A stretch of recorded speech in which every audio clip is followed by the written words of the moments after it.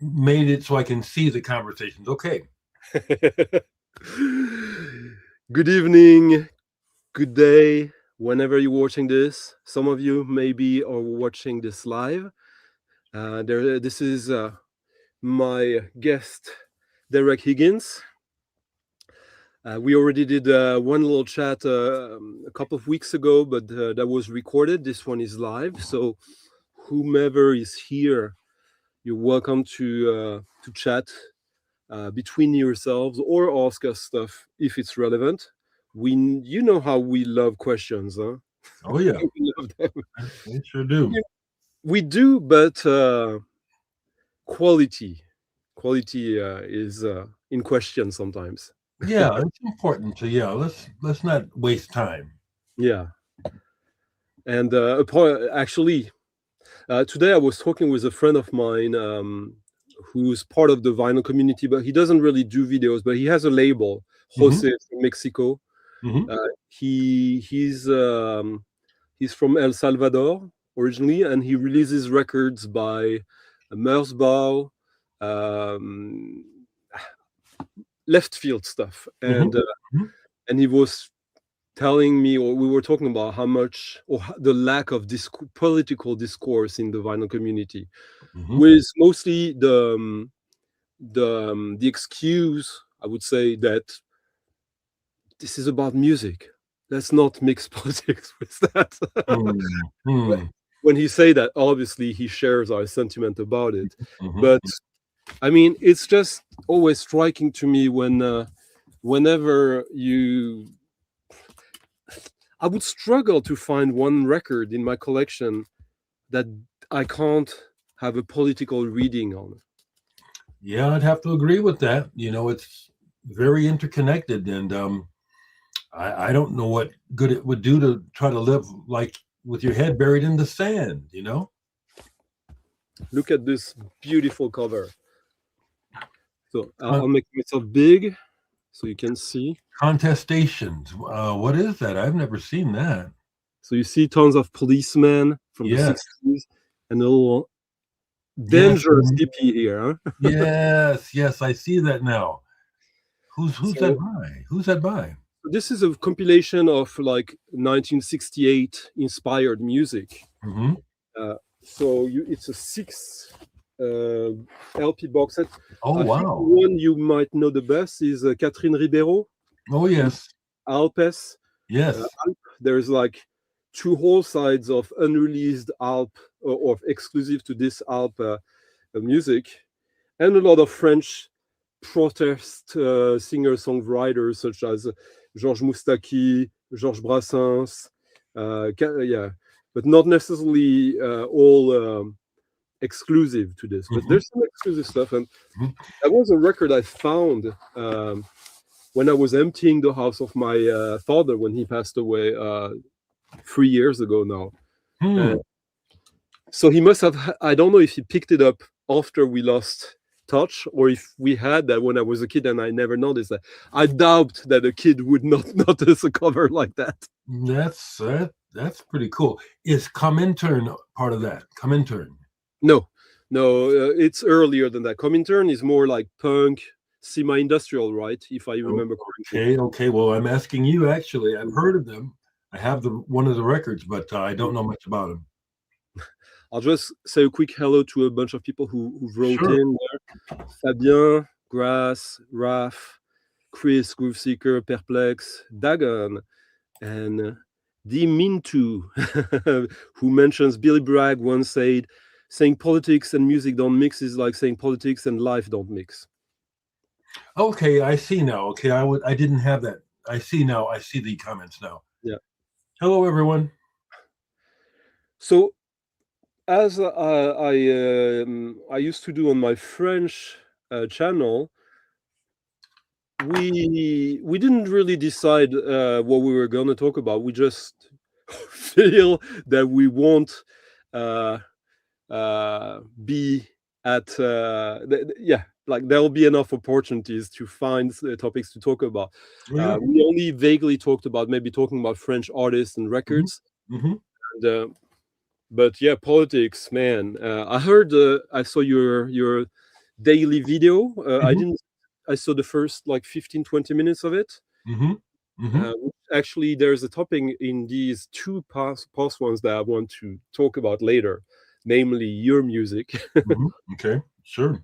But yeah, I I could see that some people would say that the world right now, especially right now, Hmm. is so depressing that you want to escape, and some would look for music to escape it. Hmm. Well, I don't know. I think, if anything, music can fortify us as much as you can look for it to be an escape. So that's why, for the longest time, I was saying, no, music really is not an escape for me. I could frame it like that, but it's fortifying and it's edifying and it's absolutely necessary to me to absorb art and music on a regular basis, um, to help me stay grounded, to help me have a good focus. You know, there's another point we could make, which is that um, we used to be able to make a clear distinction between information and communication. Hmm. Hmm. Ever since we got this real time news, Hmm. we don't have information anymore, in the sense that there's no distance, so we don't know if what we see is true or not. Yes, very good point. Very good point. Very good point. And it makes me wonder if at some point the waters will be less obscured, or if this is just kind of the way things are going to move as far as the planetary grid of communication. I wonder. What do you think? Well, I agree with you, although I believe that that started in the early mid 90s already. Sure, I would agree with that. But in that sense, I would say that like music is information, in the sense there's very little music up until recently with AI Hmm. generated music. Hmm. But most music has some distance before it reaches us. Hmm. Hmm. Thinking, as you explained yesterday when you play that track, like how you think about like that it has to be good enough for you before Hmm. you release something into the world.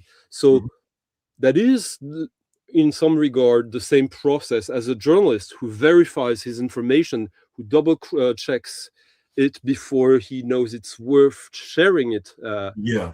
with the world. Yes. Yes. Yes. I would make that connection as well. Absolutely. Um, yeah, because of the immediacy of technology, where you can just blurt something out and it can get legs of its own, whether or not it's based in reality or anything good, is something to deal with. Like, for example, the other day on Facebook, which Facebook is shit, but I'm still there. I'm staying there. But every now and then you'll see these posts that are pure disinformation from bots. Like a couple of days ago, some bot posted Jim Carrey is dead. Yeah. It's like, come on, come on. It's like, obviously he's not, but it's like I'll see stuff like that where it's like people just start trying to start stuff, it seems like. Mm. But on the point of AI generated music, I read a piece by um, someone who works for Sonu or Suno, like the, Sooner. Sooner. yeah, who explained with some testimonials to back him that there's a bunch of people, a not insignificant portion of the population who nowadays only listen to music that they self create. Basically, people who say, well, I know exactly what I like, so I might as well have it instead of having an algorithm in Spotify, blah, blah, blah, blah, blah. Mm-hmm. And in a way, you could see it as a sort of positive gesture of taking back control. Mm-hmm. But what is art apart from the connecting tissue between us? That that way of consuming music, I would say, is pure isolationism. Say it again. Is a what now? Isolationism. Illusion? Isolation. Isolationism? Yeah. I think that's a point of view. Like, if you imagine, if you decide that all the creative inputs in my music consuming are going to come from me, Mm-hmm. that means that you discard outside influence. Well, and which is also incest in a way. Well, if someone's doing that, we're not going to hear it. If you know what I mean, we won't even know. No, we won't know. But imagine if that was to progress as Suno or Sonu is a business and a fast-growing business, and what it could mean to the music industry. Well, I think it's impacting it already, as you said. You know, I don't really. I don't know if I really care. I think that for us, it doesn't matter too much, since us as music lovers, consumers, and like-minded producers, we already are well aware that our market is very niche, and that niche is slowly growing from a very low threshold. And before these two worlds start to connect and impact each other, like the declining music industry and the music underground, like hopefully will long since be dead. You know, I don't know. You know, I don't know. One thought I have about AI music in popular culture is, I don't know. It's just I watched this thing about AI R&B and this recently, and this black girl who doesn't exist, who's getting millions of streams, and I listened to it, and I thought to myself, it's kind of unfortunate that, to me, in my mind, that so many aspects of R&B or hip hop or whatever have been broken down into these nodules, and you just put them together. Yeah. And a whole lot of people can think it's good, not really having a measure of quality. Yeah. And that, if there was any concern I have about AI, that's it, which is that, to me, it's another example of dumbing things down or keeping things on a low common denominator, as opposed to encouraging diversity and new ideas. Yeah. And I mean, I'm mostly talking about the social cultural potential impact, because on the artistic level, I'm sure there's many ways to use AI in a creative ways. Like, AI is just a tool. Maybe it's a good way to build quick music sketches to basically. Recently, there was this sort of archival reissue of an Ennio Morricone soundtrack, The Sicilian Clan, which is absolutely fantastic. This was the third collaboration between Morricone and Verneuil, like a French director. And basically, it was like one of these, 70s, 60s Euro criminal movies. Alain Delon, Lino Ventura, Jean Gabin. And as the movie was happening between Roma, New York, Paris, Morricone came up with some ideas of like that the musical motive of the theme would be inspired by the police sirens in Paris. Okay. And then he wanted to couple this with a very traditional Roma folk motive. And of course, it was super abstract when he wanted to explain that to the movie director. So Yeah. he made a few demos of that with an orchestra. Hmm. And these demos were for the very first time heard on that archival release. But my point was that if he had had AI back then, Hmm. that's exactly what AI could be useful for. Hmm. Hmm. Yeah, could be. Let's see. Like, I tell you that that track that you played yesterday on your stream, which, if I want to essentialize it into one style of music, which is difficult, but I would still say that from my perspective, this is a house track, a house music track. Really? Yeah, Really? yeah. Whoa, whoa!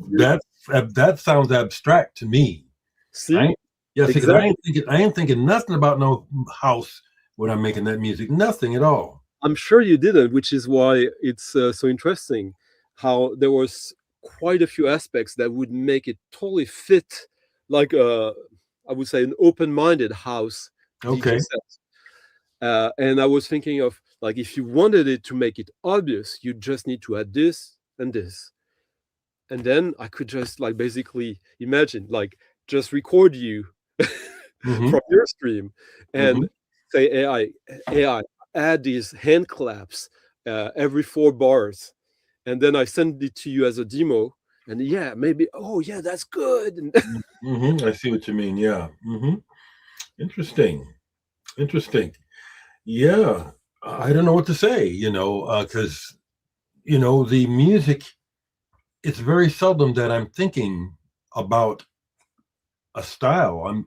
I'm just waiting for something to come through. yeah, but like the relationship between music and technology is always something very core to the zeitgeist. I mean, we're all aware of uh, all the aces in the sleeves that the Beatles had in the 60s, having access to certain technology in the Abbey Road studios. Hmm. And, like, yeah, and for example, like a band that is more on the left field side of things, which I'm sure you're familiar with, the Revolting Cocks. Hmm. Sure. You remember how they made their first album? Um, you'll remind me because I think I do, but I don't remember. So basically, the Revolting Cocks is like a super group of people Right. from Ministry, Yep. and I don't remember exactly Yeah. which one. Luke Van Acker and those guys. Yeah, and so basically, they got a sampler, Right. Right. and the first album is them fucking around with the sampler for the very first 2-3 days when they got it Yeah. without reading the manual. Yes, I remember this now. I did know this. Yeah. Hmm. And interesting results. Interesting results. And a few years later, a band like Coil starts to introduce the concept of the glitch. Now that I would not have associated with the music of Coil. So tell me, that was part of their process. Well, they did literally a record called Worship the Glitch in '92, I think. Okay. And if you listen to their sound from the early '90s, which they call the side reel sound system, Hmm. which is basically the side reel where they lifted from occultist writers, I think like Austin Osman Spare or someone like that. Hmm. Um, and basically it was a plugin before the plugins. Basically they just managed to put a bunch of effects together that would invariably create a certain sound Hmm. on the demos that we're doing, which Hmm. became the coil sound of the Okay. 90s, which incorporated glitches. Okay. And so that the music was suddenly, all the small accidents coming from technology were not byproducts Hmm. of the music making. They Hmm. were the quest. They Hmm. were what they highlighted. Yeah, like Oval and Microstoria also. Exactly. Yeah. Oval, the first bunch of Oval records were literally made out of skipping CDs, Correct. Yes, which I do have. Hmm. which you can trace back to Yasuno Etone, the Japanese composer who did some stuff with Not Human, the Asphodel label. Yes. I wonder whatever happened to Asphodel. They go bankrupt or something? Well, they became a distributor as well, and and apparently from people I know, the guy behind it, not human, wasn't like he was not the most honest when it came to finance. When suddenly money came in, and that isn't that the unfortunate? Yeah. I don't want to derail this, but I have a question before it disappeared. So when you, as a kid, got into that concert and interviewed Kurt Cobain, was that the beginning of your journal career, or would you call it that? Are you a journalist? Yeah. At times I'm professionally a journalist, and at others I'm philosophically a journalist, in the sense that I try to abide by certain principles in terms of talking about reporting on existing works, or interviewing people. But I would say that started, and now that's the biographical thing. I remember, like, when I got my very first tape recorder, like the basic stuff from the 80s. Yes. So now they don't know like what I'm talking about, and I'm sure like just the basic. Right. Yeah. Cassette or reel. Yeah. No, not even like just a cassette, like like the stuff that you would basically a bigger Walkman. Sure. Yeah, I still have one. I remember, like, when I was maybe 9 or 10. I got that as a present when I was 8 at Christmas, and my parents used to have social parties at home, like dinners with like 2 or 3 other couples. Okay. And like usually me and my sister, when the adults arrived on a Friday or Saturday evening, we had to come and say hello, and then we had to disappear from the adult environment. Yeah. And if the party didn't last too long, if they thought that we might still be awake, because maybe the guests came with kids as well, so we, the kids, entertained the other kids, and of course then we would still be awake when they were leaving. Then we were summoned to come and say goodbye. And one thing that I did for a few times, which I guess is the beginning of my musical and journalistical in a what's his name, William Burroughs style, was when the adults came into the house, they would go into the living room to have like starters and aperitif, and I would go and put my cassette recorder under the diner table and put it on record. And when they had dinner and were done with the dinner and went back to the living room to have digestive and stuff like that, I would sneak down, get my recorder, and try to identify as soon as I could all the bad words, all the stuff that the parents tell you you're not supposed to say. I would make a collage, because I had a double deck player. I would just like edit in, and when they told me to come back and say goodbye, I would present them with my collage. That's awesome. That's choice. I love it. And the reactions you would get, I'm sure, were just yeah, like a lot, like the face got red, much redder fast. Oh, that must have been really fun. Oh, that was super fun. But the funny thing is, it was completely disconnected from any sort of musical consciousness back then. But if I told that to the guys from Cabaret Voltaire, they would say, "Oh yeah, sure." Right. Yeah, early cut-ups, music, absolutely. How to have fun with sound, basically. Yes, I think that's beautiful. That's exactly how it, in many ways, started for me. It's just sound, how it impacts me, and where it takes my mind, where it takes my life. Yeah, absolutely. That's pretty cool. And also on this particular mischievous, the sound was obviously the human voice, which is like pretty unique in the whole field of like music tools, I would say. Mhm. But also it introduced the glitches because like it was not perfectly recorded. Right. Yeah, pretty cool. Pretty cool. I remember the very first tapes that I did for myself as a Okay. teenager. Mhm. Like there was this track by Hawkwind called Hash 69 or something like that. Okay. Was only released on a compilation in the early 80s, like a best of, like an unreleased track, very cyclic. And I looped it so I had a whole side of the same song.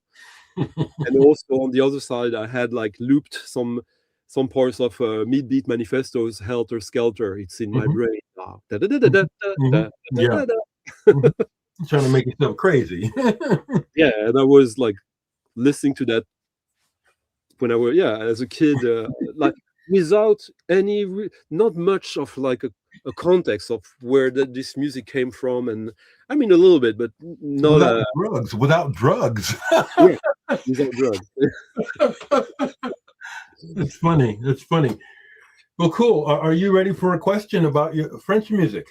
Yeah, but right before, as we were tracing different moments where artists used technology to reinvent the zeitgeist, repurposing technology outside of its original purpose. I would say there was this band also in the early 2000s, late 90s, associated with Otaker.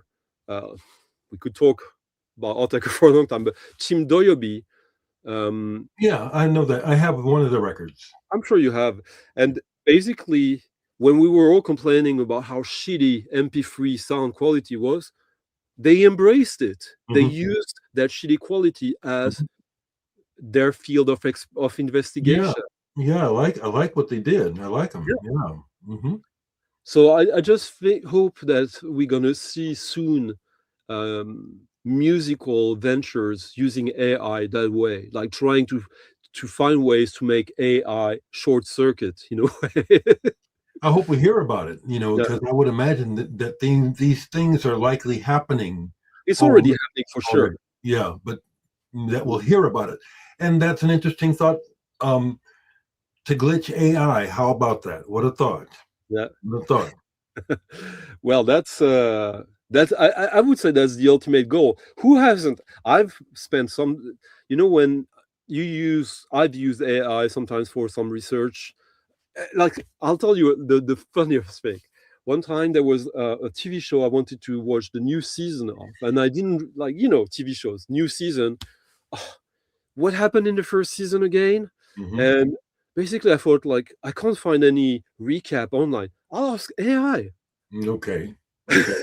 Okay. And you got it, right? No, I didn't get it because that was a show that didn't have that much following. So AI is just an aggregator of what is Right. online. Didn't have the information to. AI invented a story that, like, I remember a few things that doesn't sound right. And Interesting. I confronted the AI and told him, that's not true. Oh, yes, I'm sorry. Blah, blah. Hmm. So basically, I literally had to tell AI, please tell me what you know is for sure in the don't invent stuff. Hmm. Yes, sorry, I will refrain from doing that from now on. That's Well, weird. That's well, that's to me, that's the thing that I think we're facing. That's a big part of what AI is going to do. It's going to get it wrong because it's yeah. based on an aggregate of information, which is from everywhere, and there's no filter. So yeah, yeah, See, I yeah, nothing new here. 40 Man says that this was the theme in TV shows from the 60s, like The right, Prisoner, Men from Uncle, and Star right, Trek. true, Mm. yep, I see But it. now we're at the point where it's not just fiction; we're actually doing it. Yeah. And who would have thought we have private and free access to lower versions of that? But Hmm. still, Hmm. Here we are. Here we are. Here we are. so let's see how many mistakes I can do from a human perspective when you ask me something about. Yes, French music was the thing we thought like we'd tackle. Right, right, and I have something here, but I also, just 1 minute. Where is she now? Yes, this lady here. So I find Brigitte Fontaine interesting. She seems like she's kind of willfully crazy. Is that, well, I'm just curious, about her. Okay, so have you got a slight visual idea of the geography of Paris? Yes, somewhat. Yes. So basically, it's like a big egg, and you got like a river in the middle that goes from the south to the south, crossing through the middle. And in the middle of it, there's a bunch of islands with buildings, including Notre Dame. Okay. And so basically, there's bridges, so you cross there. And I always lived on the north side of Paris. And most of the bookstores, secondhand, and all that were on close to the south bank. Okay. Which counterintuitively in French we say left and right, even if it's actually north and. Okay. So I would usually go every week, ride my bike from the north and crossing the island. And that's how I met Brigitte Fontaine, because she lived on Ile Saint-Louis. Okay. And she used whenever it was good weather, sunny, she would just go down on the sidewalk, put a chair there, and just start lighting cigarettes and play cards with whomever wanted to play cards with her. Oh, cool. That's really cool. How is she? I guess I'm kind of curious. Is she revered in France, or is she underground? I'll tell you, but first I'll show you a record I picked today, Okay. which is, which I'm sure you're aware of. Oh, yes. I've got an original. And an original is French, because this was first. Are you kidding me? Yeah. I thought the original would be made in Chicago. Nope. See? Okay. Well, I have an original. I have a U.S. edition of that. You know why it's French? Because it was recorded in France. Okay. Now the deal is, she's not on that album, is she? I don't remember her being. Yeah. No, not on this one, but there is an album of Brigitte Fontaine with the Art Ensemble of Chicago. Right. It's right here. Exactly. Yeah. Which is her most famous album. Yeah. Yeah, that's what I thought. Yeah. I used to have an original of this, but I got rid of it years ago. I'm glad I got it back. But it's funny that I went to pick that record up in the shed today because it was just random, and then it was sitting right before me when you talked about Brigitte Fontaine, which is the first connection between her and the US. I guess the second one would be Sonic Youth. Okay. Since I think in the late 90s they started to reference her as Thurston Moore is a big jazz head, massive jazz head. He did that book recently that you said that you, and I share the sentiment. It's not for us. Yeah. I could probably have written a chapter for the fucking book. And so basically, Brigitte Fontaine, it's difficult to dissociate her from her partner in crime, Areski. Yeah. So in France, obviously I was not around when she started her career in the late 60s. But as soon as I was like a teen, she was one of these figures that was regularly invited on late night talk shows. Okay. She's what we call in France a good client, a good customer. Like someone you bring on because you know good stuff, good TV stuff is going to happen. Okay.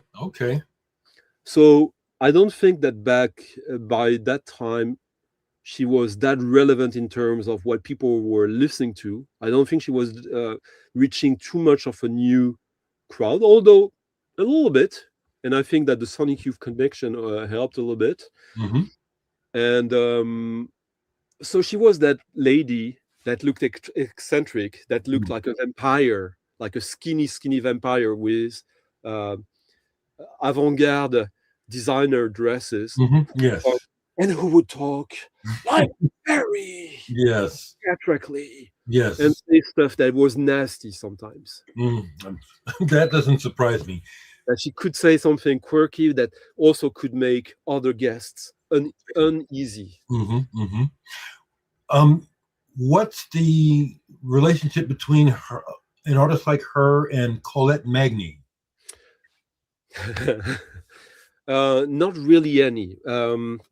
Colette Magny, let's see, I have a bunch of records of hers here, I think. Colette Magny... her records are really hard for me to find, my friend. If you really want, I'll hook you up. It's let's see. Oh, let me at them records. Let me at them records. Oh, here's something you probably know. Yeah, Gerard Mancé. Yeah. Yes. But so Colette Magny, she's interesting. So I've got almost every record she did. She even has wow. Oh, I know where my Colette. Wow, I'm going to say it again. Wow, you have almost all of Colette Magny's records. I can't. Yes, I need at least one. I just have stuff on my computer. I don't have any vinyl. The one you want to have is Répression, which is where she adapts text by the Black Panthers into French with a free jazz orchestra featuring Bar Phillips, and which features some great design by one of the key graffiti artists of 1968, the student uprisings. I'll see if I can find it. That sounds good. So there's a French singer that is mostly forgotten now, a singer-songwriter who didn't have a great voice, but he was very political. So there was an audience for him. And it's Mouloudji. Mouloudji had his own label called Mouloudji Disc. Wow. And Colette Magny was the art director of the label. Oh, man. That's how she got her start in the business. And then she did a bunch of records on this label, Le Chant du Monde, which is basically the French folkways. Okay. And I suspect that she had some editorial role there, but I'm not sure. There's not that much writing about her. One of the famous anecdotes about her is that there's a sort of fair party, an annual fair party for the Communist Party in France called the Humanist Party, La Fête de l'Humanité. Of humanity. L'Humanité is still exists. Is the long-standing French communist daily newspaper, L'Humain. Okay. And because France is France, that party is huge. It's like a sort of political Lollapalooza or a Burning Man for blue-collar people. Okay. So even right-wing conservatives would come there because it was like folklore. It was popular. Okay. And, like mainstream artists like Johnny Hallyday would come and perform, and there was the reason why people came was because it was a sort of festival party fair with tons of live music and attractions like not haunted houses but stuff like that. Like, sideshows. A sideshow. And the not the rumor, but the story goes that Colette Magny was so left-wing that she was banned from that. Sounds like my kind of lady. Yeah. Is she still alive? No. Bless her. Now she did a song. Her most famous song is very current. Babylon, USA. Really? Yeah. I'll look it up. Yeah, Falling Empire. So this was released on one of her two biggest albums. I hope they are where they're supposed to be, and I'll show them to you in a second. Mhm. I'm just taken by like such a good question, no, Dereck? Yeah, well, interesting figure to me. She's been someone I've been curious about. Yeah, the way I discovered her, actually, there was a record store in Paris called Silly Melody, secondhand record store, where a bunch of it was a good place to go every week. And one guy, a French rapper producer, that was friends with one of the clerks there, who I was friends with. So we talked, and it's a guy called Roce, ROCE, with an accent. Okay. And his rap was heavily referencing politics and free jazz. So Colette Magny, the way she sings, she doesn't have a beautiful voice, and she has this very raspy voice that, like, the first time you hear her, it could be like, ugh. But when you start to get into it, of course, that's a different thing. Plus, she's a poet. Yeah, she drew me in. That voice drew me in. Yeah, and yeah, so it was a rapper who introduced her to me, and that in France is not abnormal, I would say. Which I think is interesting in itself. Let me quickly see if I can. Yeah, and while you're doing that, I'm going to go to the restroom. Okay, please, excuse me.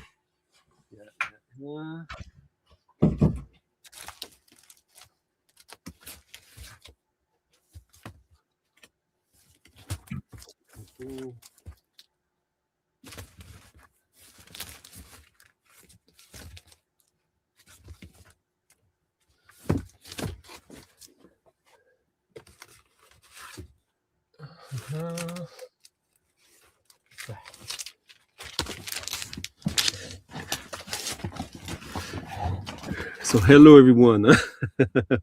Hello Jose, Chris Hill, Greg, Zeb, Dom,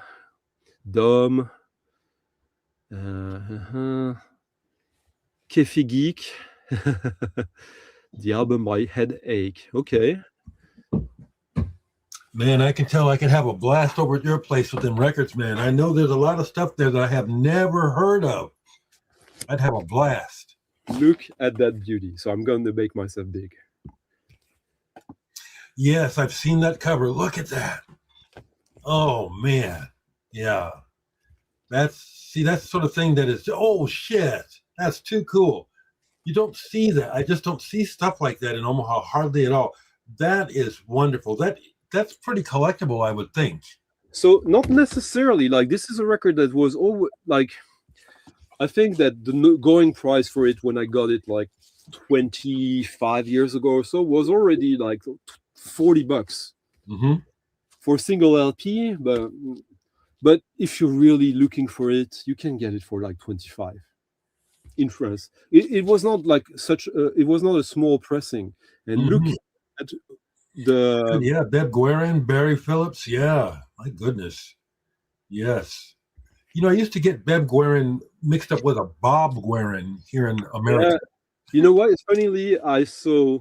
I was reading Matt Gustafson's latest list of auction, and he wrote Bob Guerin. It's Beb Guerin. It's Beb Guerin. Okay. Transit. Look at that cover. That's wild with the elephant. See, I love the difference between American and European style of graphics. That is so European to me. I love that. On this one, the musicians are Luis Clavis. Where are they? Is that also like free jazz and singer-songwriting? So question, is that more common in Europe to see a trifold? Because I don't see a lot of trifold. No. Okay. So she's getting the special treatment. Yeah. which might be because she might have been working for the label. Who knows? Yeah. Those connections. And oh yeah, this one has Beb Guérin, Bar Phillips as well. Fire and Rhythm. Okay. This one is, oh yeah, it's also triple. Very interesting. And that's Chant du Monde as well? Bar Phillips here. Sorry? Chant du Monde is the label again? Chant du Monde also, yeah. Yeah. So in a way, what was the big folk artist on the Folkways that everyone knows and well, I'm not sure, but the person that comes to mind to me is Buffy St. Marie. No, someone more mainstream than her. On the Folkways label? Yeah. I mean, he didn't do everything on Folkways, but he had a bunch. It's not Bob Seger, but it's someone like that. Pete Seeger? Pete Seeger, yeah. Okay, all right. So she was kind of the more extreme French Pete Seeger. Okay. Here is another Colette Magny that is much more difficult to find. Okay. Avec poème. So this one is actually her doing poetry with André Almuro doing the music. Mm-hmm. André Almuro is an electroacoustic music guy who created his electronic music studio in the late 40s. Whoa, okay, one of the originals. Yeah, and he's forgot. I think you and I, we talked quickly about it, maybe privately. The story behind him is that he should have been really big. He has a bunch of records, mostly on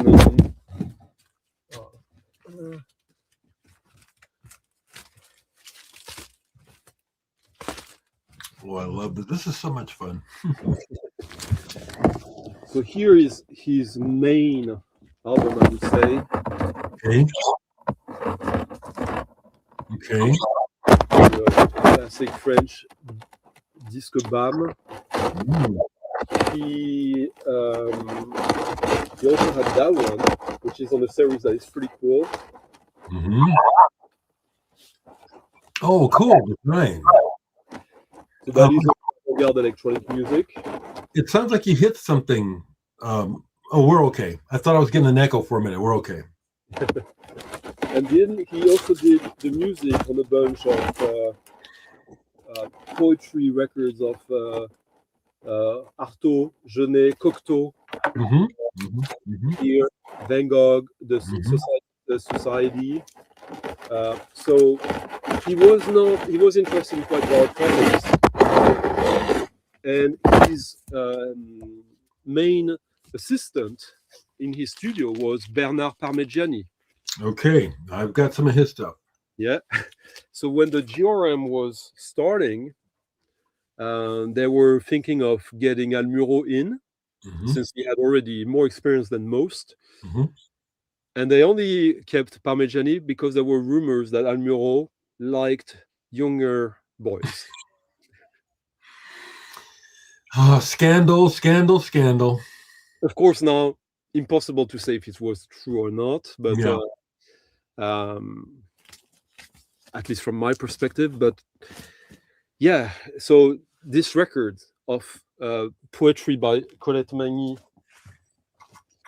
with electroacoustic music, not just in the background, but really that together. I can imagine. This one, for the longest time, was one of my, for lack of better words, grails. And I'm going to listen to that online because I know I can find it online to listen to. I want to hear that. Yeah, so I'm happy I had enough stuff to tell and to show for that question. But so Colette Magny, I would say that for a certain type of music heads, diggers, I guess in the past 20-25 years, she became sort of an obvious. This is something interesting, and even that record that I showed, that is the rarest one, and it's not fetching like $500. Huh? It's like a $200 record, unless you're lucky. Yeah. So it's still, for someone who's really dedicated and into that, like some of the, like this is, you can probably find for like 10, 12. And this one also has one track with André Almuro. So it's interesting in that regard as well. The other big track she had was Boura Boura,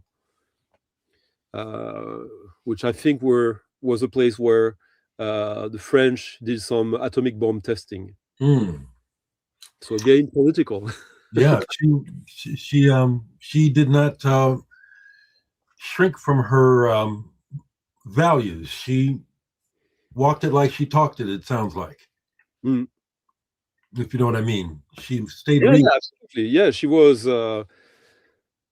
She's one of these rare figures that seems to have lived a life that was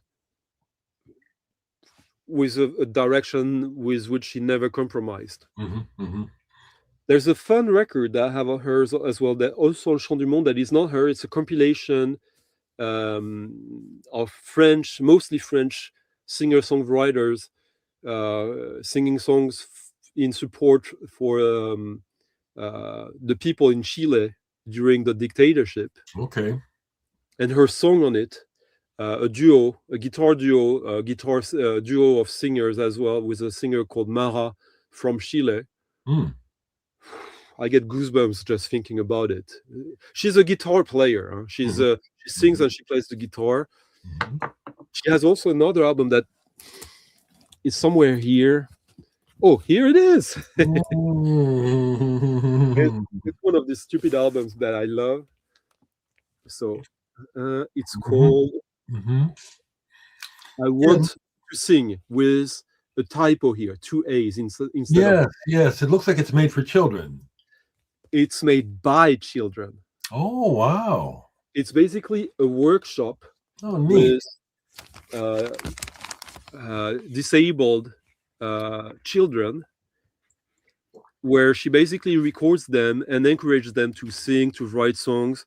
There are songs that are... There's a song that is called the Pipi Caca song, which is basically the pee-pee poo-poo song. She just overdubs kids starting Pipi Caca, and towards the end they're screaming their lungs out, Pipi Caca, and it's like a church choir of that. Oh, that's neat. Yeah, it's really good, really great. It reminds me some more of some of the work that I used to do in my work in psychiatry. You know, I helped a group of my consumers with mental health start their own TV show. They had their own TV show for a couple of years. That's neat, man.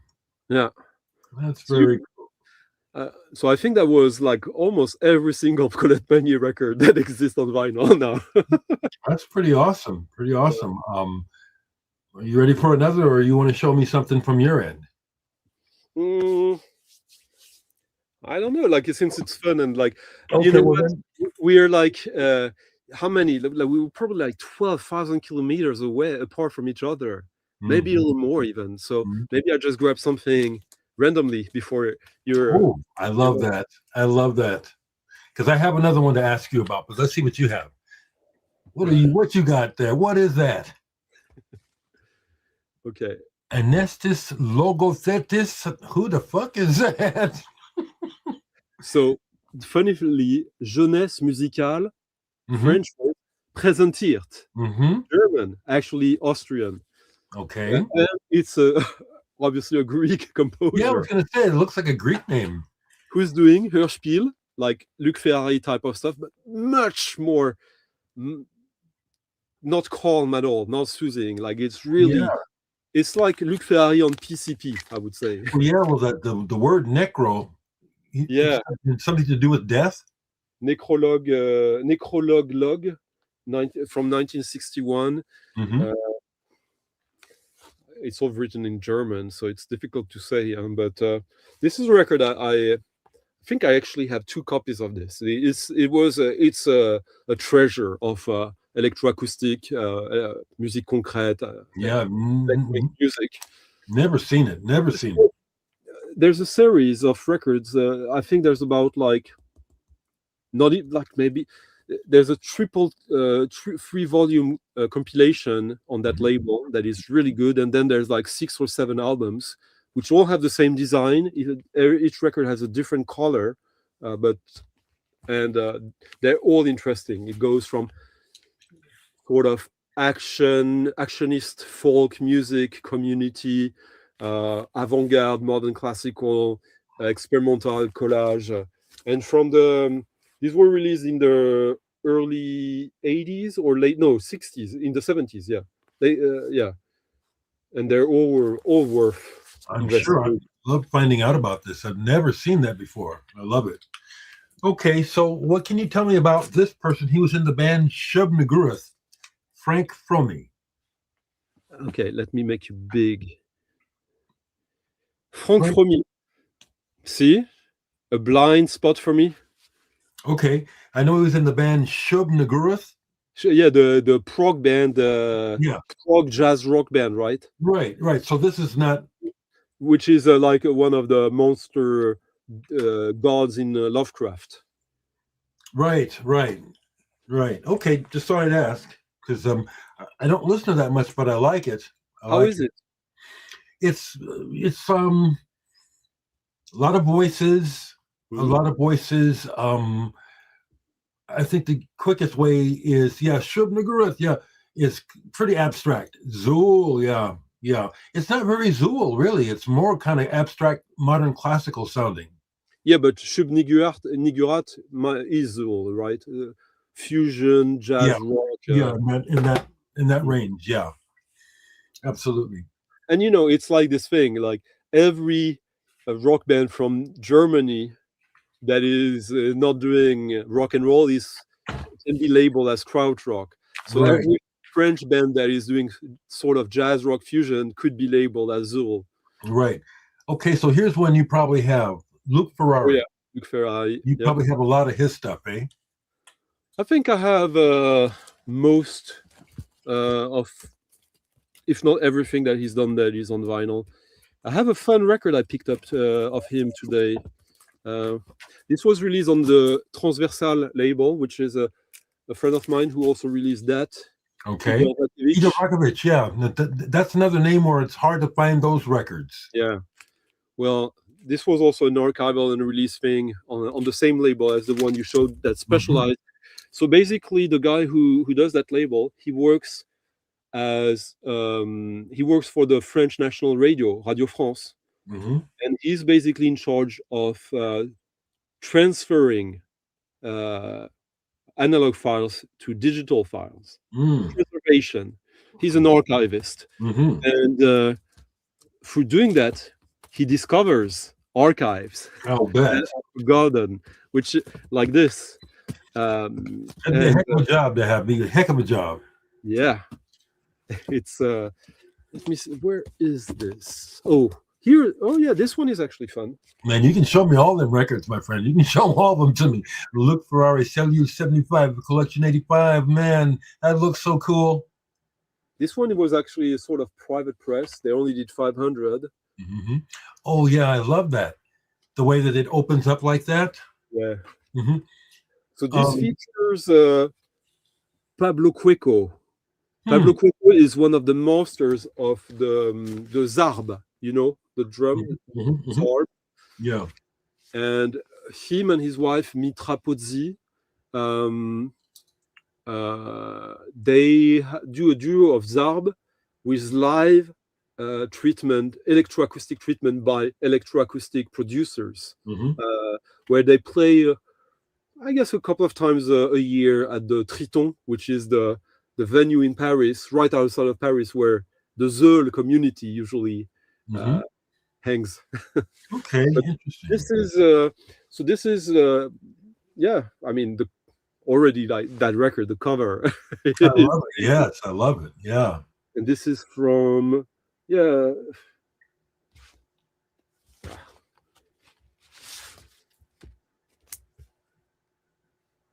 doesn't say, but I think it's it's from the early 80s. I think it was released.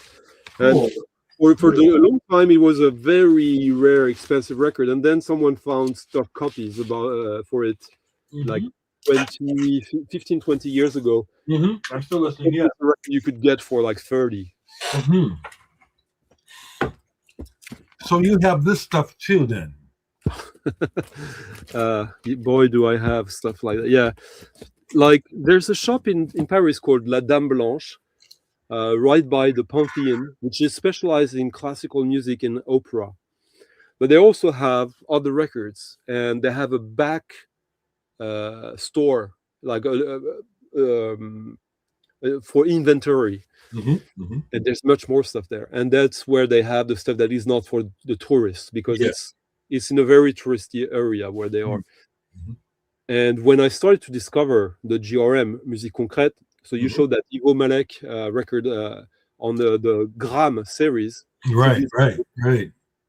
You can see on it, like there's the logo also of INA, Yes. Institut National de l'Audiovisuel. I think you can translate it easily. Yeah, down there, yeah. Which you might not know is basically the French National Archives. Okay. For audiovisual. Okay. So it's the second largest organization of archives in the world after one in the US. The Smithsonian? Yeah, I think it might even be bigger in terms of audiovisual content collection. Collection. It's massive, and it's in several places in and outside of Paris. Because I'm obsessed with that. At the end of my second stint of studies at university, I took a job there. Oh, wow. I was at the communication direction of the Brie-sur-Marne, which is basically the headquarters of there, with a bunch of really cool acoustic studios, with all these like sonic diffusion devices and all that. Yeah.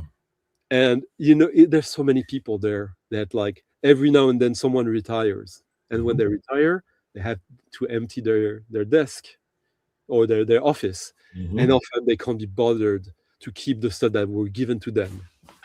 I'll show you one thing that I got like dozens and dozens of copies of this back there. Man, yeah, that would be something else.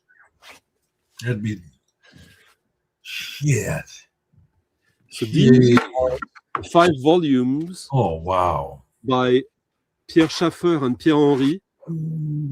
Damn. Of tutorials for musicians. Whoa. Tutorials with examples. So there's Musique Concrète examples specifically made for this, with famous French actors like Jean Marais, Jean Gabin. And so these are not like something you listen to for pleasure. It's right. Things, but it's very interesting. And no doubt. And like I would tell you, like 2 out of 3 people who were moving from their office, I would find these in their office. Oh my God! So I sold copies of that to Jim O'Rourke and to Thurston Moore on eBay. I remember back in the early 2000s. Very cool. Wow. Yeah, that's treasure. That's treasure. But so that record that you showed, the first one I discovered was this one. François Bay. Yeah. With Grand Prix du Disque. Of the Académie du Disque, Charles Cros, who's basically the inventor of the 78 RP technology. But what's interesting about this, which was released in I think 81 maybe, this is the second press. The first press doesn't have visual here. It has more of an abstract drawing. I'd have to look, because I'm noticing the title. I have that, but with a different cover.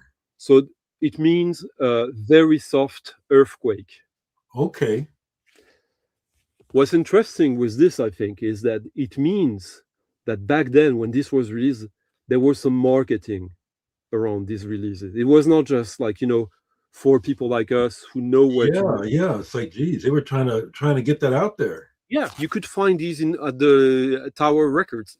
Was not like the most advertised stuff, but it was available around, and people believed in the potential of it, which I find a bit naive and romantic. But I find it also, but maybe I should just say romantic. And Awesome. There's about, I think there's about 30, between 30 and 40 releases in that series. And at one point, I knew that shop, La Dame Blanche, they had them all and multiples of most. And I maybe I had like 6, 7 of them.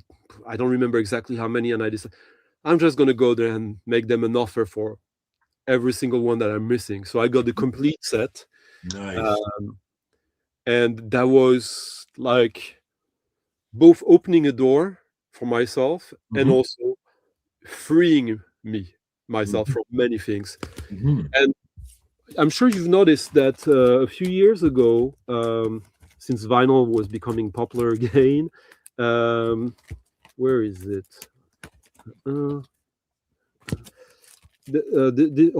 Here's another one. Rebel. Guy Rebel. But here's one.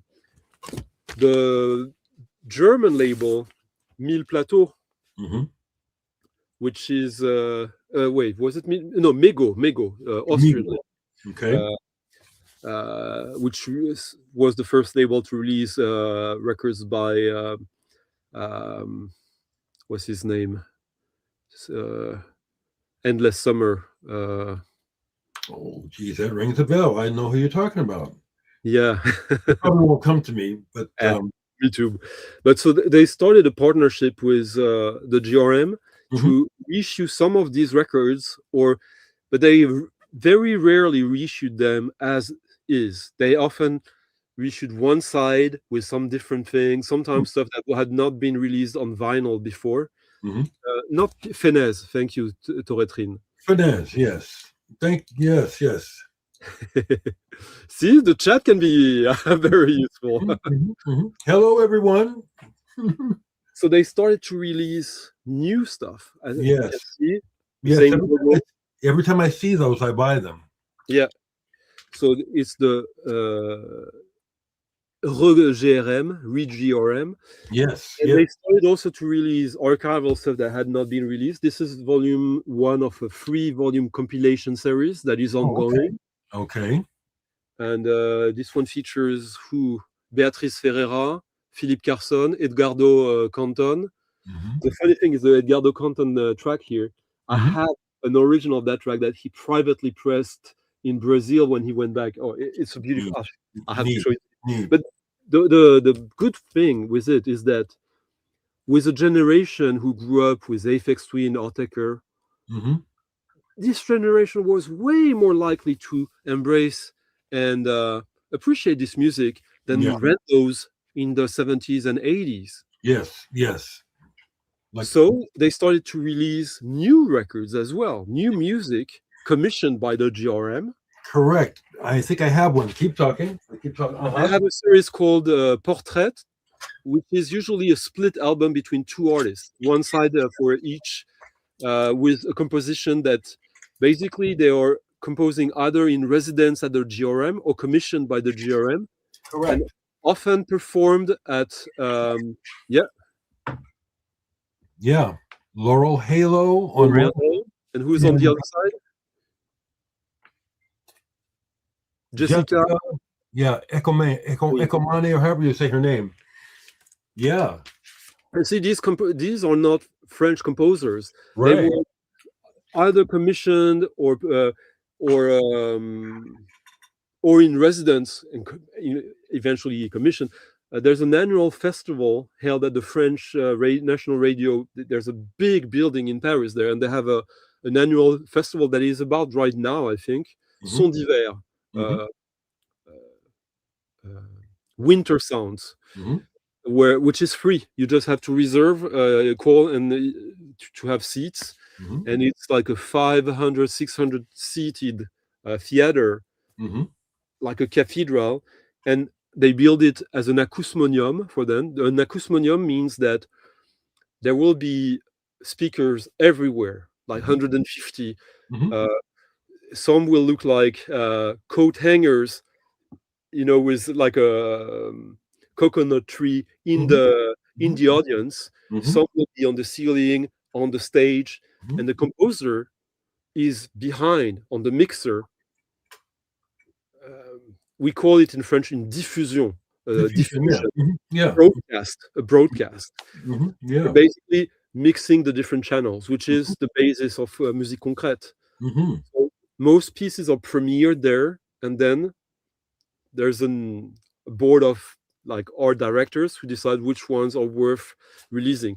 Recently, like a year and a half ago, Mego lost or stopped doing this, and it was handed over to another label called Shelter Press, which is a French label. I think since the head of the GRM is François Bonnet, releases on that label as well. I think that like he did them a favor rather than Mego wanting to stop doing that. Okay. So now, if people can go free, are you telling me that the government subsidizes this stuff? Absolutely. Wow. See, means the people. Wow. The people want the art. See. Well, I don't know if they want, because people don't know exactly what their money is used for, but for sure it's the taxes. Wait a second. Yes. Because you showed Malek, and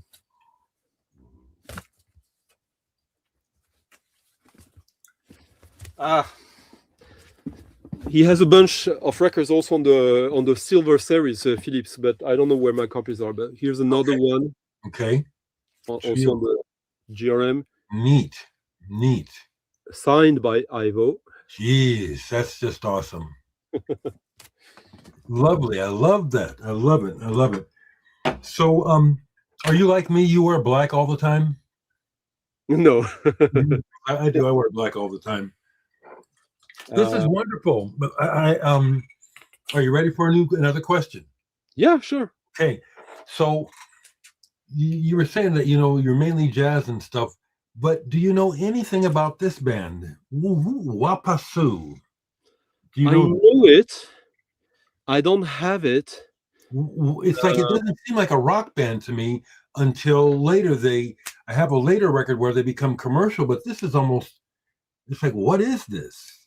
Can you show the backside? Yeah. Yes. Salombo is a very famous French figure in literature. Okay. And I know the name, but I don't know that record. Interesting. And it's like I can't find anything out about them. See, some people know here. Like, I have about wearing colors. Oh, okay. Clippers. So you're into the Clippers? So I'm not into sports at all. No, it's just a jacket I found. Okay, I don't give a fuck about sports, organized sports at all. But so that record, where did you find it, and how did it land your lap, and why did you keep it so far? Well, I probably found it in the 80s at this old record chain called Peaches, which is gone for a long time. And I remember this because they were having a closeout where they were just, dumping stuff they couldn't sell. So I could afford this. And there was a bunch of other imports. And I've been interested in music of the world since my childhood. So I didn't know what it was. So I got a chance to get it when I could afford it. And then when I heard it, it was like, this is not prog, but I like it and it intrigues me. Yeah. Yeah. It's not prog. What was the year of release? This is just a moment here. To look at the record, because this is either the end of the 70s or early 80s. I'm just curious about how far apart the release and when you got it. Right. And I'm looking here. Probably will have to go to Discogs. I'm not seeing someone has done the research for us and says it's from 1977. Thank you. And then the Crypto label, which is part of RCA Records, right? Crypto is like show it again, please. Yeah, Crypto is a prog label basically. Okay. But that has some interest. Like, not that prog is not interesting, like Mhm. not that much to me. Straight It's fine. prog. It's fine. Yeah, it's fine. Yeah. But it's an independent prog label from France that is quite popular. I think Mhm. it was helmed by the Ange brothers. People. Okay. Okay. All righty. Ange is a band that I kind of like. I like the sour organ sound of the band. That's the main thing I like about Ange. Yeah, it's too noodly for me. I hear you, my brother. I hear you, my brother. Indeed. It took me years, but like, so my journey into French prog probably starts with Emmanuel Paronin and the Maison Rose album, Okay. which is a Yeah, folk album with electroacoustic treatments. Okay, And which I don't have. Can you show it, or is it you don't know where it is? there it is, but Okay, it's okay. for another time. But basically, what got me into it was that besides the fact that one track was written and arranged by Serge Gainsbourg's arranger, Mhm. his name escapes me now, but and it's a really cool track called Plume Blanche, Plume Noire, white feather, black feather. But the whole album is produced and enhanced with electronic sounds by Bruno Magny, who used to be back then Emmanuel Paronin's partner, romantic partner. And he was a sound engineer on a lot of records on the Ballon Noir, Black Ballon label, which is the label that released most of Malicorne. And I don't have any of their records, but I know of them. You know of them. Yeah. They also released the albums of Benoît Wiedemann, who used to be the keyboard player on some Magma records, and who did an extraordinary solo, Zeul, groovy, minimal funkiness. Benoît Wiedemann? Benoît Wiedemann. Wiedemann, I said. Okay, Wiedemann. Widemann. Yes, I have to look here. Yes, I think I have something, possibly. He has yes, that one. Oh, it's wild. I'm just watching. So this is on the Ballon Noir, and you will see on the credits that Bruno Magny is doing some stuff on it. You remember that album? When was the last time you listened to it? You know, I listened to this last month.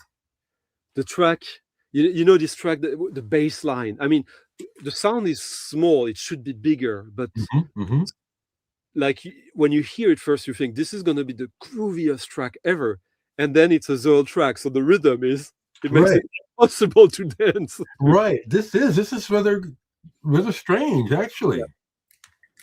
Cool. I love that record. He has another one called Tsunami that is not nearly as good as this one. Okay. But over time, I warmed up to it. Cool. Now, see, now you got me going. Let me see if I can find this right quick. Okay, here's another one. Yeah. Are you by any chance showing an original of that? I wish. Come on. I'm in Omaha, Nebraska, bro. Do you have an original? No. I mean, it's like who has an original of this? You know what I mean? That's one of the son. So the Futura label had a sub-label called Sound, which has only 6 releases. One by Bernard Vité, one by La Horde Catalytique pour la fin des temps, the Catholic Horde for the end of time. Wow. One by Jacques Bérocal. Nice. And Mahogany Brain by chance? Mahogany Brain? No. But the thing, which it's interesting, you're showing, and here's one. I have a reissue of that. So this series for me is classic. I love that. But I have something here I need to show you, so I have to find it. So talk about that record, what you think about it, the Red Noise. Well, once again, this kind of mystified me when I first heard it, because I said, because it sounded like, again, it sounded like a mess at first. It is, yeah. And so then it's like I had to come back to it and try to contextualize in my own mind probably what was the setting for this to happen, if you know what I'm saying. Yeah. And that made it make more sense and more digestible. I wouldn't say that it's actually enjoyable, but I love stuff like this that makes me think. So Red Noise is a one-off project by Patrick Vian. And his dad was famous too, Boris Vian. Yes, Boris. I've heard. I don't have any Boris Vian records. I can never find them. There's not many. Huh? Boris Vian. Thank you, Vian. Vian is how you say it. Okay. Yeah. He's this basically has 70% of all his songs. Wow. Wow. That he sung. He composed songs for many, many, many other people. He was in the early mid-50s. He became the art director for a big label in France, who released the first rock and roll. Wow. He wrote rock and roll for French artists. Wow. Songs, silly songs. You know, he didn't take it too seriously. Mm-hmm. So he was an artist. Like, so basically, he played the trumpet, a jazz trumpet. He played like in the 30s. Like he played jazz in the 30s. He wrote 2 novels that are some of the most beloved French novels of like left field contestarian existentialism. L'Arrache-Cœur. He did movies. He produced and he financed Jean Painlevé. Jean Painlevé was the son of the president of the French Parliament back then. And Jean Painlevé invented subaquatic cinema. Subaquatic cinema. And microscopic cinema. So basically, they were the first one to go and film underwater microscopic sea creatures. Very interesting. See, I knew I was going to learn a lot of stuff talking to you, baby. He died when he was 40 in 1960. Wow, that's a shame. He was an adventurer, and he was gay, but he was also married with a woman. Sure, yeah, that's not uncommon, really. And he wrote this song that is called "Le Déserteur," the deserter, which is about which is basically him singing, scatting a letter he wrote to the French president when he gets his letter to be conscripted for the Algerian War. Okay. And basically the song goes like, Mr. President, I just got my military papers that is sending me to war. I don't want to do it. The war is disgusting. It's blah, blah, blah, blah, blah. And you can tell your policemen when they come and get me that they can shoot me in the back. I won't be armed. Wow. And I'm almost crying just thinking about that song. It's like one of the most beautiful songs ever. Yeah, I mean, that's deep. That's deep. So of course the song was like banned from radio. Of course, for years and years. No doubt. What label is that on? What label is that on? Philips. Oh, okay. Good old Philips, yeah. Yeah. Wow, this is pure history. I love it, Stunty. This is pure history. He wrote that song called the Atomic Bomb Java. You know Java, the type of music in Java. Yeah. There's one song here sung by a woman, Magali Noël, Fais-moi mal, Johnny Johnny, fais-moi mal, hurt me. Like it's like it is when you hear it as a kid, it's interesting because the texts are amazing and they're playful, but it's also snobby in all the best possible way. It's dirty, snobby, smart, street smart, intellectual, playful, and he was the dad of that guy. Cool. Very cool. Very cool. This is wonderful, Stunty. I'm loving this. Me too. Okay, so how does Jacques Brel figure into all of this, or does he at all? Not really. First of Okay. all, he's Belgian, Oh, thank you. Okay. but he had his career in France, obviously. Like Okay. Okay. he's not. I mean, Brel is more of a poet, and he's less political, much less, Hmm. uh, much less controversial. He also became an actor, and he played in comedies and all. He's a beloved figure. There's no one who Yeah, has anything negative to say about him. that's what I But thought. That's what I yeah, thought. Thought I'd ask about him. Yeah. his style of singing is unique, but it's also kind of passé. Hmm. Like, but it also inspired like a pretty successful slam rapper in the 2000 called Grand Corps Malade. Hmm. Uh, big, sick body, because he had like a disability, Hmm. and his singing was kind of similar or inspired by Jacques Brel. Hmm. Jacques Brel, I guess, is a bit like Edith Piaf. They're so big that you can't forget about them. Hmm. But do anyone really listen to them who are musicians? And not really. Right, because I have a brow, but I don't listen. It's kind of like part of the collection. Yeah. Yeah. I Yeah. would. There's a singer that I much prefer to Jacques Brel personally, who is much less known in outside of France, but is more famous in France. Actually, is Georges Brassens, George Brassens, Yes, I've who heard the name. I've heard the name. he. You know how sometimes a singer you can hear he has a mustache. Hmm. He's one of these. That's funny. Yeah, I know exactly what you mean, though.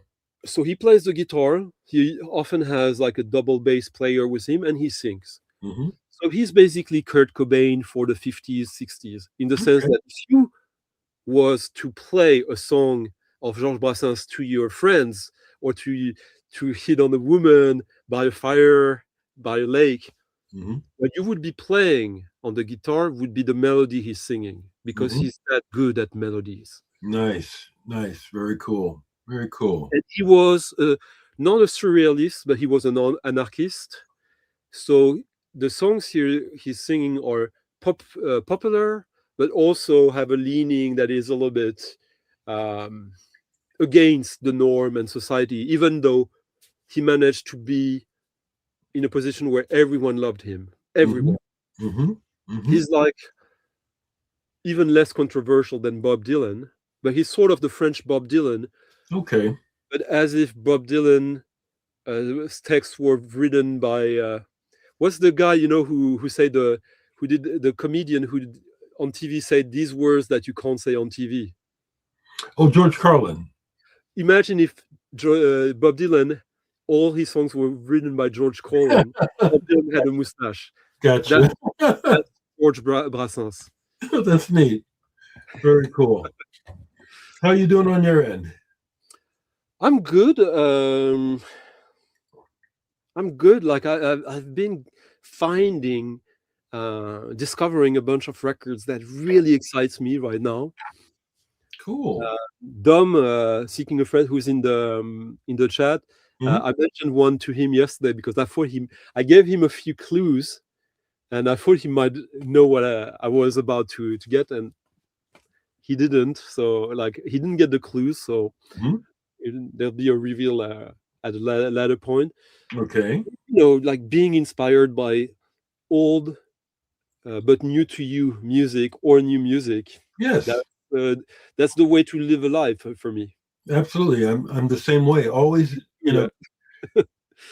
perpetual discovery. Perpetual discovery. That's one of the perks about having a large collection is that you rediscover. Yeah. Yeah. So I've been enjoying that. Yesterday or 2 days ago, I was like checking my want list, and I saw this was on my want list.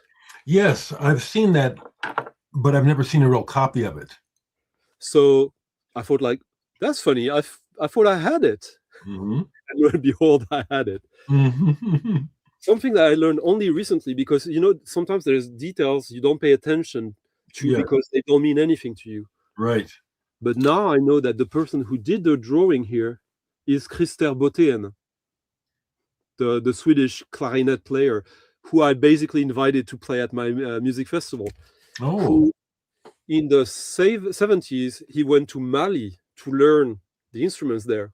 mhm. And that's who Don Cherry asked. Okay. And Don Cherry went to Mali to learn of the griot. Mhm. Griots.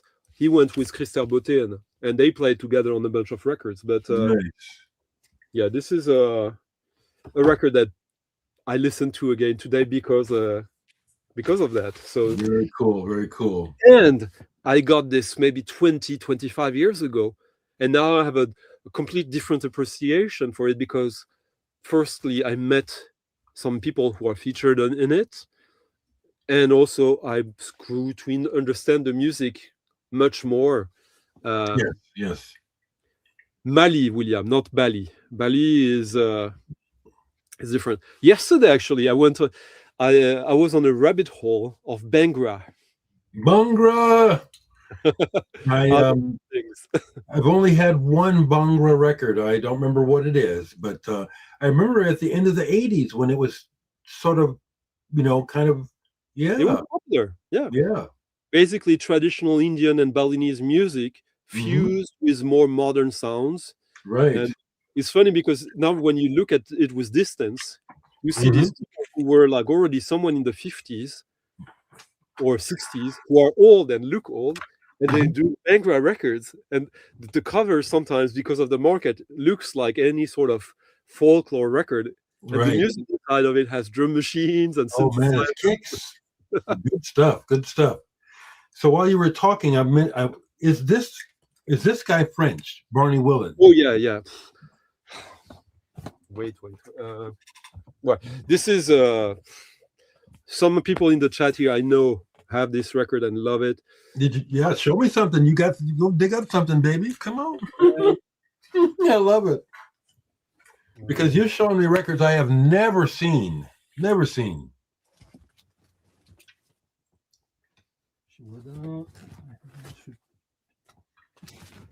Malvadron, Whitman, Williams, Tony Williams. This is the best. Hey, you people that are watching, you got something to say, you just throw it on in there now. Come on. So here, So that's an original, isn't it? That's an original. an original on Sarava. Yeah, Sarava. Beautiful label. There's a Japanese pressing, and there's two. This is the first pressing. Mm-hmm. Mm-hmm. So I know a bunch of people who are on that record. I never knew Barney Willen. I think he died before I was in position to be interested in him. But interesting fellow. So where he's most famous for internationally, Barney Willen. No, not actually. Is it Africa? No. What music he's most famous for? Oh, jazz. I would thought. Yeah, but which? It's connected to an American musician. Miles Davis. Of course, yeah. Yeah. Ascenseur pour l'échafaud. So basically, the 55 or 54 French movie. Correct. Yes. Charles Aznavour in the main role. Yeah. The music is composed by Miles Davis, and it's Barney Willen and his band who are playing it. I think I have the record. I think I do. Yeah. So then he did a bunch of records that are, I would say, stronger than 99% of the whole Blue Note catalog. Interesting. And I wouldn't contest that. How about that? Interesting. This record, did you read about that record? So this was like a sort of real life Werner Herzog. Yes. Yes. He went to the land. He went directly to the land. They started in the Marseille. Mm-hmm. They crossed the Mediterranean Sea to Africa, and then they traveled for 2.5 years. That's wild. Wow, They yeah. they play with the locals. Some locals keep going with them. Some of the originals drop. Hmm. One died, and then Barney Whelan goes home, and he does sort of almost like a musique concrète collage of all the recordings of these 2.5 years. So this is a jazz record, but it's much more than that. It's Much like more. Yeah. it's ethnomusicology, Hmm. collage, electroacoustic, spiritual jazz, free Yeah. jazz. Yeah. It's a deep listen. Deep listen. I'm not surprised you have an original. Well, I was interested in that stuff before there was reissues, so you had to. Yeah. You're ahead of the game. It's a funny thing. Like it's a sad or unfortunate for my wallet side product when you're into that kind of stuff that you and I are into. Um, I'm a little younger than you, but not that younger in the grand scheme of things. Hmm. Hmm. I started buying records on the regular in, I would say, 91, 92.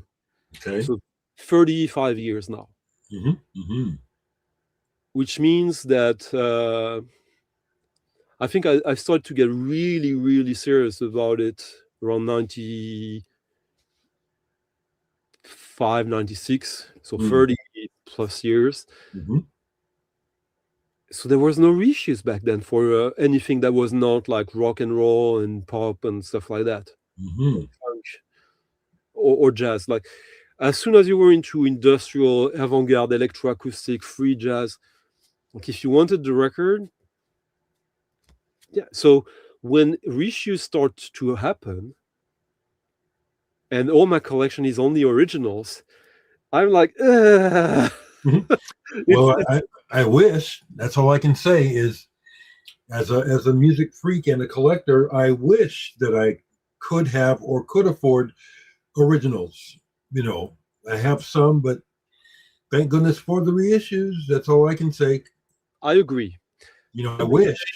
With time, I realized that when I've bought reissues for like $30, $40, and then I find the original years later for 200, and I get the original.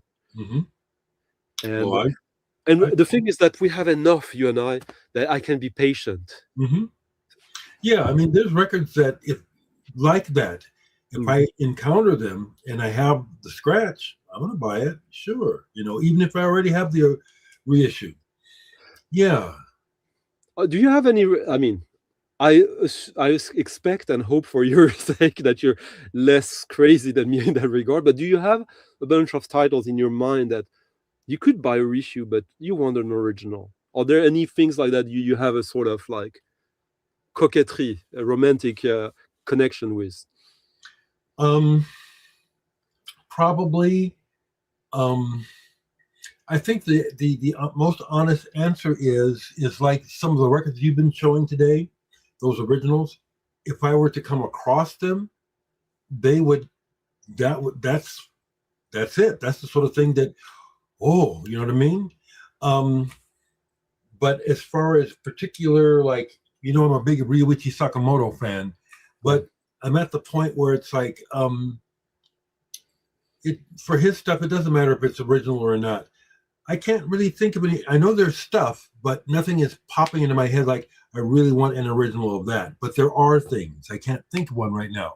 Maybe Koshin Moon? I have one. I do. That's a nice one to have an original of, huh? I do. Let me show it. That's besides, hearing about the Yellow Magic Orchestra in the mainstream as a kid. That's the record that got me into them, into Osono and Yes. Sakamoto. And I was so lucky to find a copy. Where is it? Hold on. One of the greatest covers ever. And if you have the OB, it's even better. Yeah. I hate how when I have records like this and I can't dig them up. There it is. Let me make it big and let's show some Trumpian symbols on screen. You know what what I mean. Yes, sir. Yes, I do know what you mean. Yeah, I found this maybe 25 years or so ago. I don't remember exactly where it was, but I knew I had found something when I found it. Yeah. And the visual artist of this is famous in his own right. Do you okay? So for the people who don't know, one side is Harumi Osono doing some of his best work ever, and Mhm. the other side is weird Indian music. Malbar Hotel. Do you enjoy the Indian side as well? Honestly, not as much, but again, it's been a while since I've listened to it, so this will be something to leave out and have a listen. Me too. Let's have that as like homework for our next session. As Sure. I think we did 1 hour and 40 minutes. Mhm. You like we could go on forever. Yeah, Like, I'm good. It's time for another pit stop too. This has been awesome, and you have shown one me. last record then, and either a question or I pick a random record, or you pick a random record. Sure, we can do that. This is fun. Sure is. I'm glad to say that I have an original to share. I have a few others, like that Cosmic Music by John Coltrane. I have an original of that. And I have a few others, but um, if I had the money, I would. I'd travel and buy stuff. I would. Yeah, that's what I do. Like in a month, I'll be in the Netherlands for the biggest record fair in the world. I wish I could go to that. Wow. 3 days. Is for the general audience is 2 days. Mhm. It's like Saturday, Sunday. But if you pay extra, you can go in on Friday when the dealers are starting. Right, So the it's dealer stuff. Yeah, they kind of do that here locally like that too. I'd be broke. I'd be broke.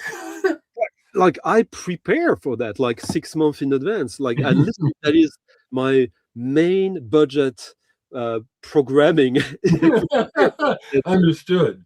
It's like there's like around like 900 sellers. Yeah, There's like 3 million records for 3 days in in one place. That's insane. I would love it. And a lot of these guys are like the dealers who have a name, so it's a competition between them. They come to show, they want to show the best they can. I would love it. I would love it. I can relate, Stunty. I can. I have this friend who I met through the stream, who's a musician called Steve Davis. He had a career in snooker, where he was like several times world champion. So he's a beloved figure in the UK. Like he started his interest in music started with actually the Zerl stuff. Cool. And the Canterbury rock, like, and then he also had a long time where he was like obsessed with Northern Soul. He still likes the music, but he doesn't care about it anymore. Now he's into the same stuff we are. And I took him to that record fair for the first time. I think it was 2 years ago now. And like someone he's the same age as you, and he imagine seeing yourself in a candy store acting like a I would lose it. I would love it. I couldn't take enough money, that's for sure. Wouldn't be able to take enough money. Yeah, Kefir Geek, if you watch go on my channel the live streams, there's a couple of with him that we did there, like where we're showing what we found during the day at that record fair. So nice. I might go back and look those too. Very cool. Very cool. Well, this has been wonderful, and it is about time. Yeah, I'll just draw randomly one record and see if it's something fun to say about. Yeah. Good. We don't need to talk much because we already did some of the talk. Yeah, I have it, but not that version, but I have it. Yeah. Also, the. Yes, I love those, and I'd love to collect them. Yeah, that's awesome. A beautiful record. Like it had a bad sticker, and I took it out, and with my hand, I drew the lines so they. Very cool. Like precious about. I really have a kink with originals, Mhm. but I don't need to have the covers in the best condition. But with time and the more beautiful it's a bit onanism in a way. You like, Yeah. yeah. Personalize it. Well, let's do this again real soon, okay? And sometimes we can switch on your channel, sometimes on mine, and Yeah. Sorry, people, that we didn't interact too much with you. It's pretty intense. This has been great. I've loved this. This is If you have questions, you feel free to write them in the comments. If we didn't see the questions and you wanted some more details about anything we talked about, I'm sure I can do that, and maybe Dereck as well. Yeah. And I'll see you on your channel. Yep, very soon. And I have a crazy batch of records on Friday to mine through for my next stream. All right. Thank you. Take care, Stunty. Talk to you later. Bye-bye, everyone. Bye.